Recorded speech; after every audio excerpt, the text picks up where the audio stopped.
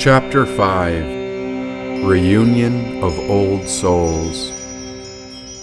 Somewhere there was a spiritual rock, and Shruti said it was near a mystical cornfield. But I seemed to be out of this body as I followed a human man and a cosmic girl. The man held a wooden instrument in the shape of a box, while he left a temple that had fallen in ruins. And as he entered the forest, I kept a watchful eye on this man. Oh, life is different as a bird, and these wings would take some getting used to. "Where are you going?" I asked him. "To the cornfield. There's a spirit rock or something." His mind seemed to obey not the human intellect, but rather his awareness was off in a distant dimension. I too have heard of a spiritual stone, and since I can fly, I have great sight to look upon the land. I am a bird, and I have great compassion for my fellow humans. I will help you, since I have perspective of the world you alone do not understand. Well, I know where I'm going, for I too can fly. I am led by a cosmic goddess, and she has divine eyes," said the man. He was also tuned into Shruti, and maybe it was I who did not understand. Next, the sky rumbled with thunder when it caught both of our attention.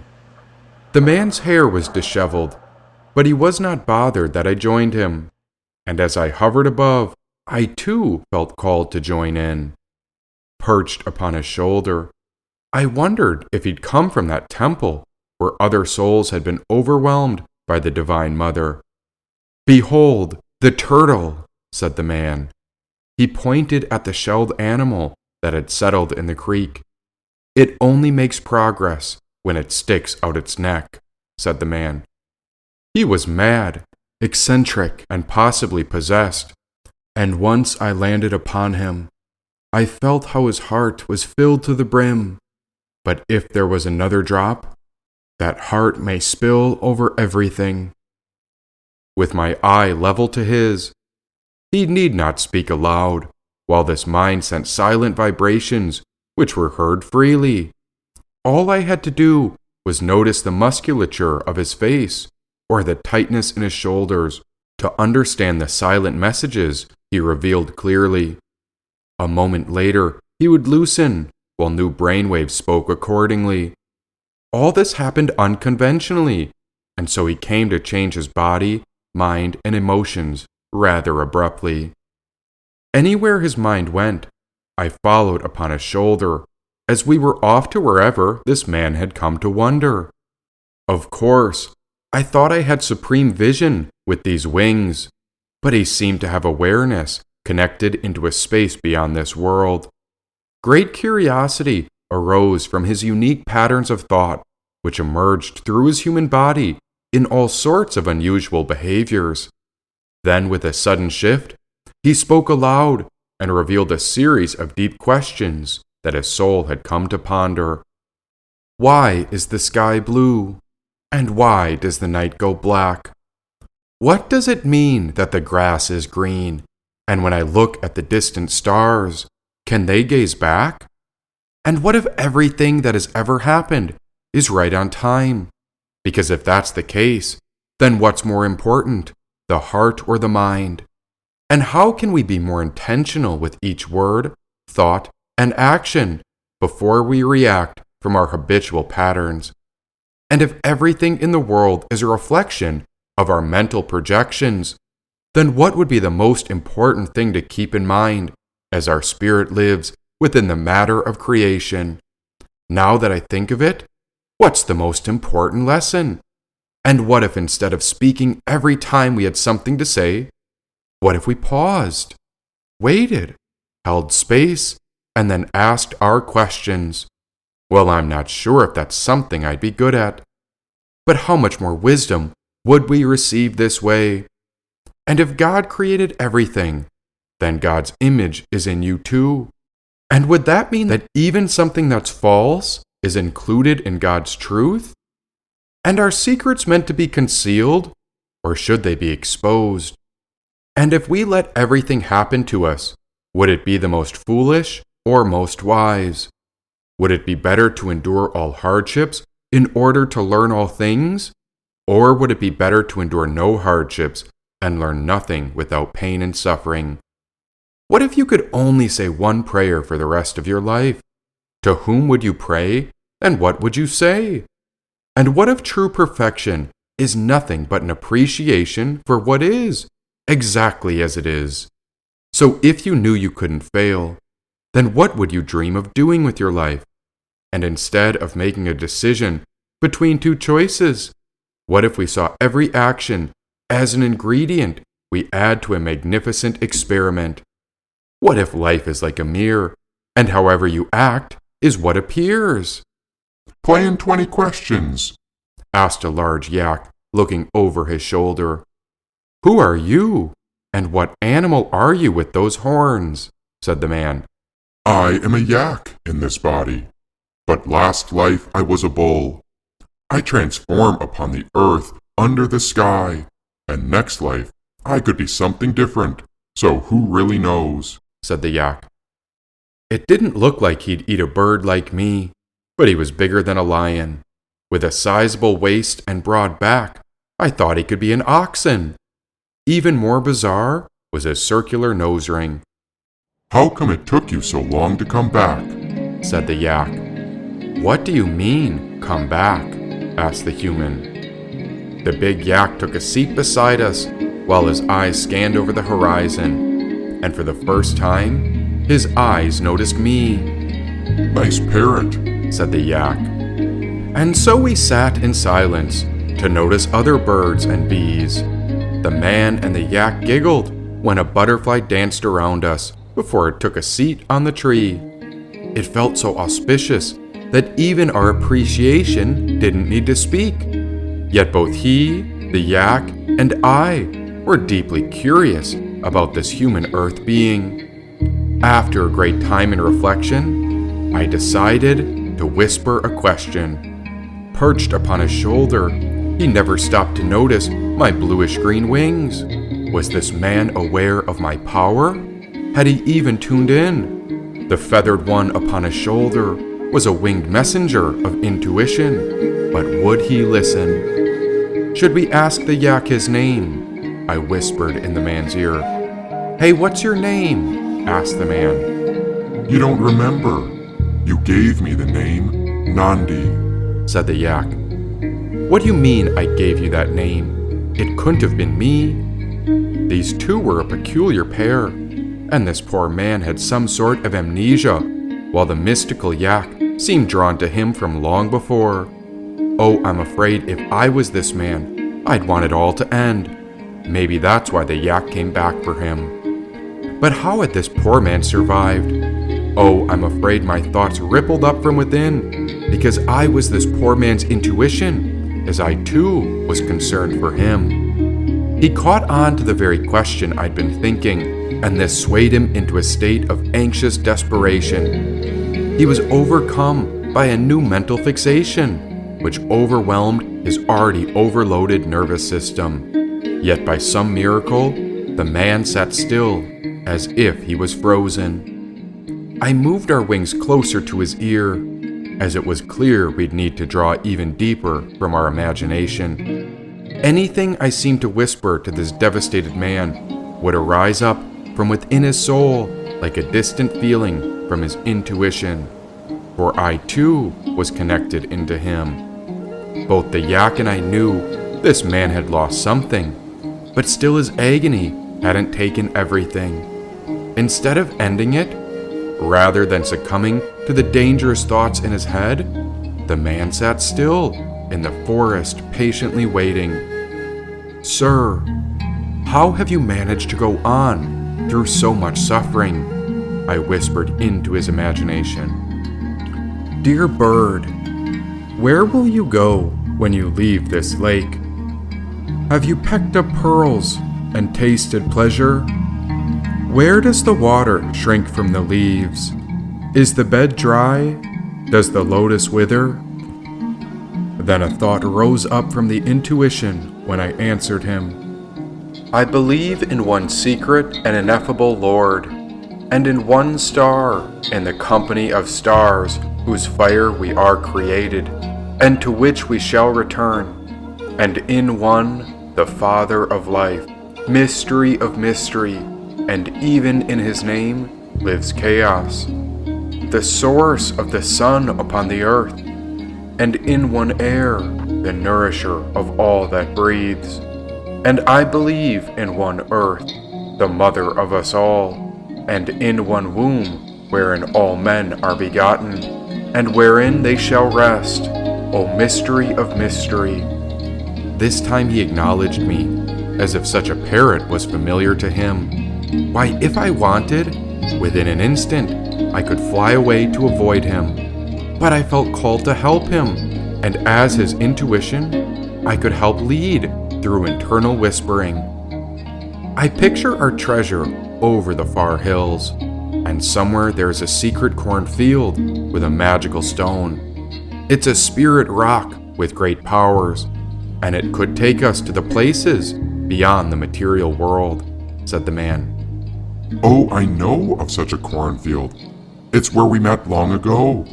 I will lead if you let me. Hop aboard and we will go, said Nandi.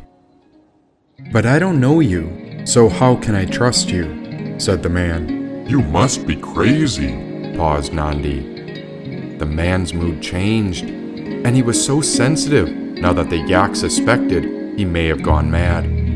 It was just a simple expression, a common saying, and even the man took no offense, but I felt the yak's heart grow regretful and sad. I didn't mean to say you're crazy, but the mystical cornfield awaits. You are right about the spirit rock, because I know of such a place, said Nandi. If I'm not crazy, then what am I? Asked the man. This human was aware, but his mind was like a radio receiver tuned into something beyond the relative world.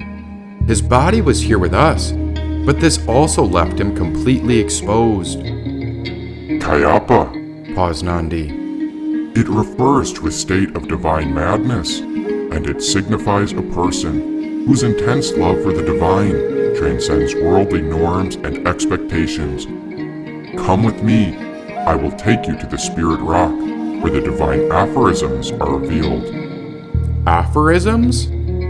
The 77 aphorisms of Shiva were said to be found in Kashmir, but the spirit rock reveals the deeper story.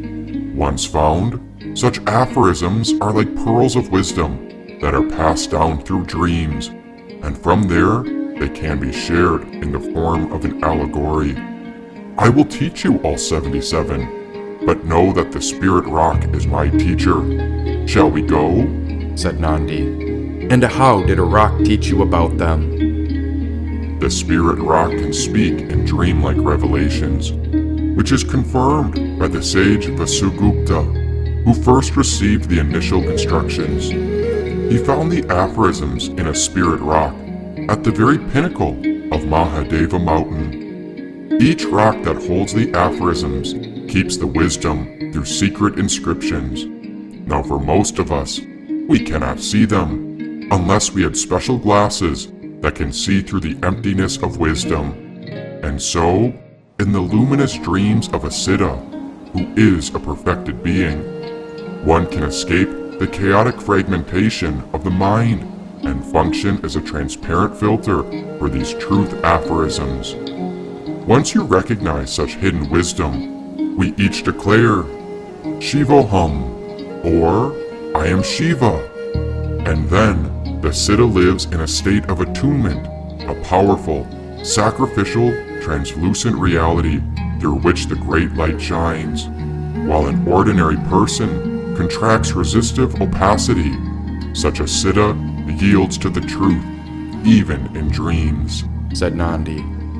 The human man hopped aboard the yak, while I sat on his shoulder when he asked, So what are these aphorisms? The first aphorism is, consciousness is the self.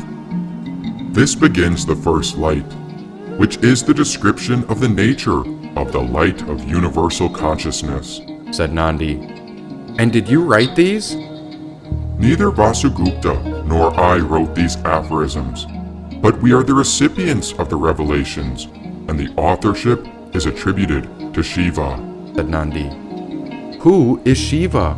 asked the man. "May all prostrate before the Lord, the bestower of boons, who is beloved of the daughter of the snowy mountain, that bears as the crest jewel the budding moon, and sustains, destroys, and creates all things," said Nandi.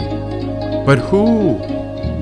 "Obeisance to Shiva, whose body is not man or woman, but rather within man and woman, which is unique, perfectly full consciousness, unobscured by the radiance of one's own eternally manifest light," said Nandi. "I don't think I follow," said the man. Nandi was overcome with compassion as he spoke in an ordered sequence to remove obscuration and make the nature of the self known. One's own true nature is Shiva, or in a more simple way, Shiva could be thought of as the spirit or light of truth. This light is the soul of the universe, which is the body of consciousness, and the wheel of energies is generated by the universe's expansion and contraction. There are many conflicting views concerning our true nature, and so Shiva composed the aphorisms, starting with the first one: consciousness is the self. The nature of the self is consciousness, which is proved to be both knowledge and action. It is unobscured, so who can deny its Shiva nature? Said Nandi. You said there are 77 aphorisms? The aphorisms are arranged in an ordered sequence for the benefit of those to receive them. The reason for this is that they lead to the highest state of realization in stages as one climbs to higher levels. Thus, those blessed with the most intense grace are enlightened by this knowledge. Those beings with a middling degree of grace through knowledge of power, and those whose grace is weak by a knowledge of the individual soul. The universe, which is nothing but pure consciousness, contains wheels of energies of consciousness that expand and contract, whereas materialists think that the self is the body, endowed with consciousness, just as academics believe we are the intellect with qualities of knowledge. But these ideas are cheated by an illusion of our soul's own real freedom. Follow me to the Spirit Rock, and in time, we will reveal the aphorisms, said Nandi. As we journeyed along the river, over a hill, Nandi led us to the mountains, where massive rocks broke through the land, and hidden between it all was a secret and mystical cornfield beneath what Nandi called Mahadeva Mountain. There's the rock that holds the Shiva Sutras, said Nandi. But what are these aphorisms again, and how did you find them? The Shiva Sutras were gathered and compiled by a great master, who, the tradition says, was one whose heart had been purified by the spiritual transmissions that he had received from numerous spirits and siddhas. It was these awakened ones who taught Vasugupta the secret of the principle of pulsation, that is, the innate dynamism of consciousness that manifests the divine play of conscious experience. The tradition says, the outflow of the nectar of the principle of pulsation, that is the hidden essence of all the esoteric teachings, and that was transmitted to the Guru Vasugupta from the mouths of the siddhas, who are the accomplished ones, said Nandi. The man slid off the yak's back to follow beside his tracks, while I sat upon his right shoulder. But only after we walked did I notice a serpent crawled up his back and sat upon his opposite arm as it looked over. There on his left, the black snake hung beside his throat. So you said you know me, but how come I can't remember you? The man asked the yak. Now the yak captured everyone's attention when a tear filled his eye. A lot has happened since the last time we were together, and God assigned me as your guardian. Why, after you left your body, I vowed I would wait until you came back to life," said the yak.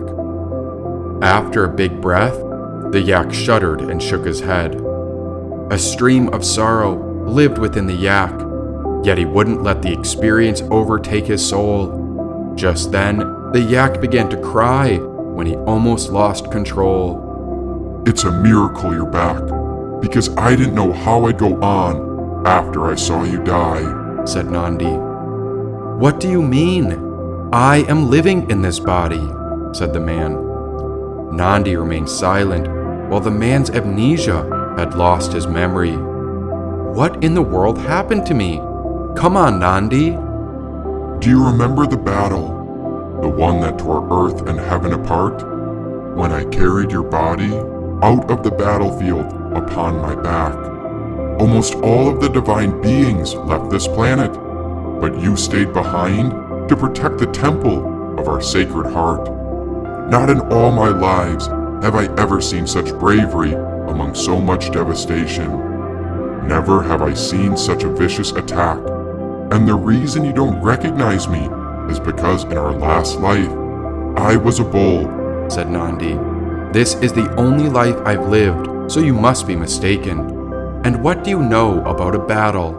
asked the man. "I know we both get nightmares about the terrible war, and whenever we get a glimpse in our dreams, we wake up the next day and can't even remember what we're fighting for," said Nandi. "We were all there," whispered the black snake, coiled around the man's throat before it spoke to all of us. "We came together to protect the treasure, which is the nectar of immortality. But it was the deceiver who wanted it for himself. There were 7 great beings who remained back on Earth while you defended the temple. But I never thought the wickedness would spread so abruptly. When a disease like that arises, there's nothing humanity can do. It's up to the serpents, those Nagas, who are formless beings that control the forces of nature, to uphold the absolute truth. Once the disease of greed, anger, aggression, and hatred spread throughout the people's minds, it was only a matter of time until humanity became unaligned. But if that wasn't bad enough, the nectar of immortality is still what everyone is trying to find. The 7 guardians protected it for as long as we could, but the wicked ways of the world just wouldn't stop it. I was there with all of you when we retreated to hide the instructions to the nectar under the spirit rock. I've watched over the world ever since, and now the wicked armies again begin to approach from all sides. And if the demon horde got a hold of the nectar of immortality, then all wickedness would have eternal life," said the serpent. "Who are you?" asked the man. "I am you looking back," said the snake. "Did Shruti send you here?" "She brought us together for experience and exposure. The spiritual growth we seek happens through a living body, and again, we must work to rid the earth of the deadly poisons. And then when it's safe, we'll deliver the nectar of immortality back into the heart of creation," said the snake. "Should we fear you as a snake? And how come the man isn't aware he wears you upon his neck? Is it fair to him that he does not know the life to which he is sentenced?" "Do not get caught on what I look like, but rather, I am the original force that dwells within all things, and I come to proclaim a great message. Do not waste your precious sufferings. Let us make the most of the things we deem as unwanted, for that is the way to true freedom. And upon our travels, we must be careful not to draw any attention from the wicked human influences," said the serpent. "Do you have a name?" "Kundalini," said the serpent. The man stopped in his tracks before the yak halted to his lead. "What if we are in the world, but not of it?" The man looked to the clouds, where a distant memory seemed to come back. Why, I could not see through his eyes, even as I tried to imagine what had happened to this man, who appeared to have gone mad. As the battle never ceases, the army of wickedness tried to take over all three worlds, the lower, the higher, and the middle earth. The only way to stop the wickedness is to unite the world with love. One does not destroy evil by killing it. Oh, how can we defeat such a wicked army as it rises upon the land again? Said the man. And you may not remember, but we decided to get as close as we could to the root of the problem. We all came together in service of the great churning to uncover the nectar of immortality. But so arose a terrible poison, and instead of letting it destroy the earth, you swallowed that poison. Why, you were lost in the battle. In that process, the darkness within yourself perished. That's when I took your body upon my back and brought you to the river of life after death. The water revived you, but not without a consequence. It seemed you forgot your own true self. I could no longer enter the temple, since you were not aware enough to remember. As I was still bound to the material world, I lived my life as a bull, and after I died, I was reborn as a yak, and I've been waiting for you to remember, said Nandi. As we sat beside the great yak, I saw how he was a guardian who refused to leave the man's side. This man had a shade of blue underneath his skin, which must have come from the poison which altered a part of him on the inside. We walked through the grass in search of something worth finding, and in that moment, I felt at home with the serpent and the yak as I rested upon the shoulder of the man. Do you ever wonder about what we should have done differently? I wonder what would happen if we made a change, the man asked Nandi.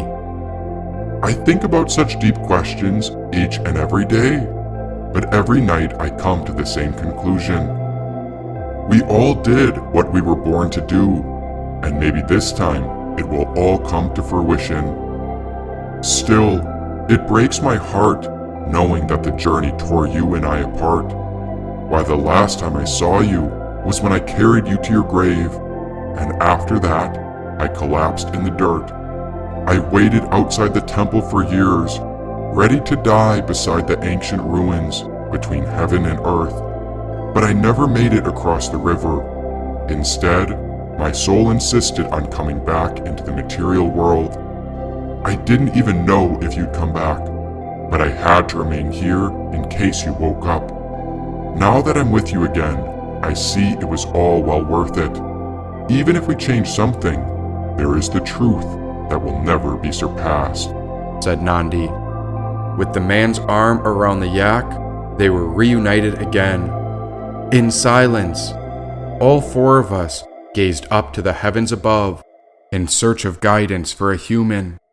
And so I wondered if he'd ever realized I was his intuition.